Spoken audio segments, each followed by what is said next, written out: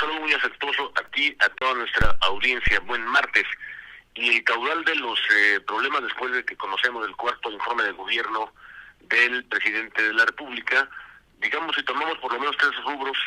quizá un cuarto nos anunciaría el principio de su desmembramiento, pero si vemos primero la parte de los rubros de la administración, por donde uno más o menos le busca están los problemas desde el principio hasta el fin.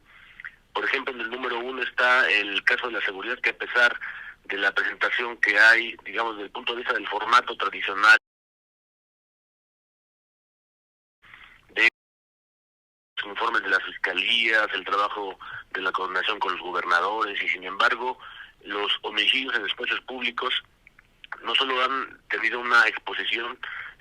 digamos, magna, sino además que están ya muy asociados con el problema de la delincuencia común y organizada en torno a muchísimas regiones del país. También, si nosotros vemos, por ejemplo, el caso de la economía, entendiendo que también es un problema global, es cierto, vemos también que hay muchísimas razones por las cuales no tenemos ninguna fundamentación, por ejemplo, de lo que podría suceder si ocurriera, digamos, el caso de los años 90, en donde se puso, por ejemplo, ante gravísimos problemas que tuvimos aquí en México, aunque ya se olvidó en otras generaciones quizá, pero tuvimos un grave problema de hiperinflación. Y sin embargo, los márgenes del gobierno mexicano estuvieron siempre revisados a través de planes concretos, que se revisaron, por ejemplo, en la lógica de aquellos pactos en donde pusieron no solamente en diálogo a los sectores productivos,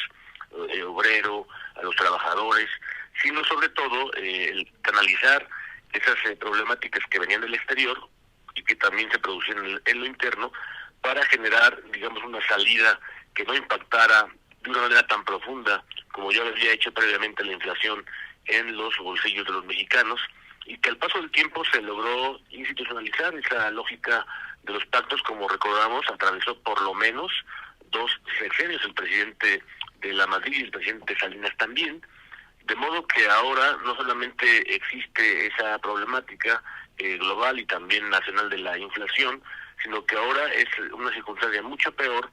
porque no se pone ninguna capacidad de hacer, no hay, digamos, ninguna lógica de actuar más allá de lo que simplemente observamos como consumidores, sin que el gobierno, digamos, haga nada al respecto.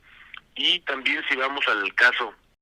de la salud, bueno, hay una problemática profunda respecto de lo que significa el desastre en que se ha convertido el manejo, por llamarlo así, de suave, al caso de el tratamiento de la pandemia, y sobre todo los saldos que esto ha producido, porque también las fugas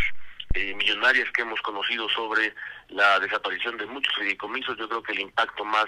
importante que nosotros podemos destacar es el que ocurre en torno a la salud pública, porque no hay duda que los sectores más desprotegidos, más vulnerables, no solo comenzaron en el cuarto año de la administración actual, sino que desde el principio vimos con esa desaparición de los principales canales que daban los diseños institucionales a través, por ejemplo, del Seguro Popular, que le garantizaban por lo menos a los mexicanos un tratamiento básico para aquellas contingencias que tuvieran que ver con principios de enfermedades no necesariamente crónicas o gravosas, y que simplemente al desaparecer, junto con esos fideicomisos, también han marcado la pauta para que haya un problema mucho mayor, y que ahora se ha visto simplemente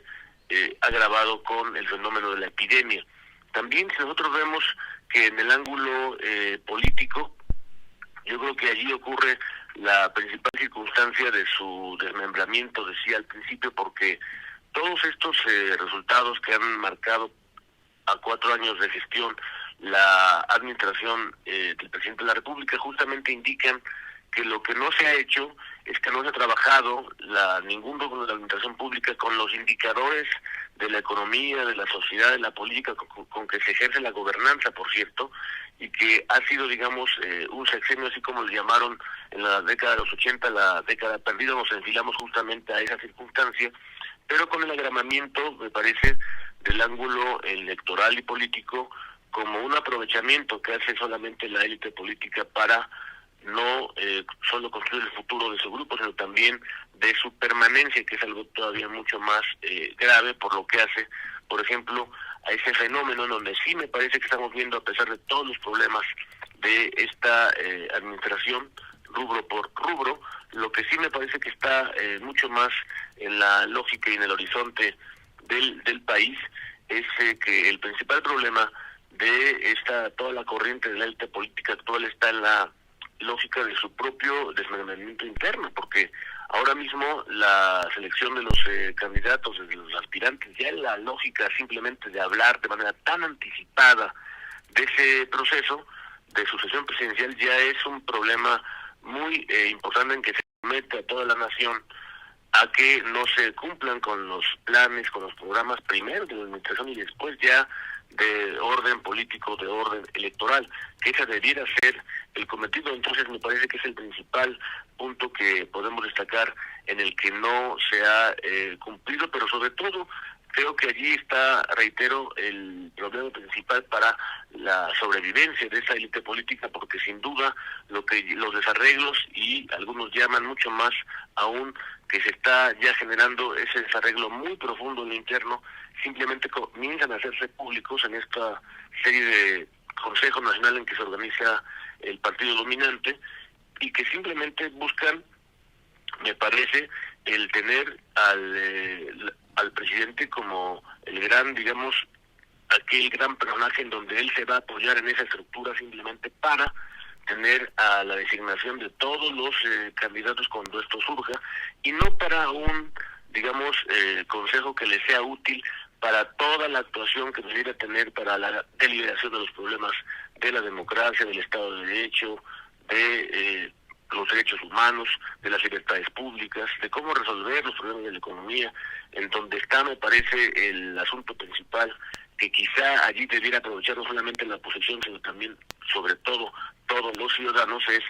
cómo hacer para hacer una carretera común en medio de esa gran problemática lópez obradorista, para que todos podamos caber y ejercer, digamos, en esa división histórica de la izquierda, un camino hacia la restauración democrática, Teodoro.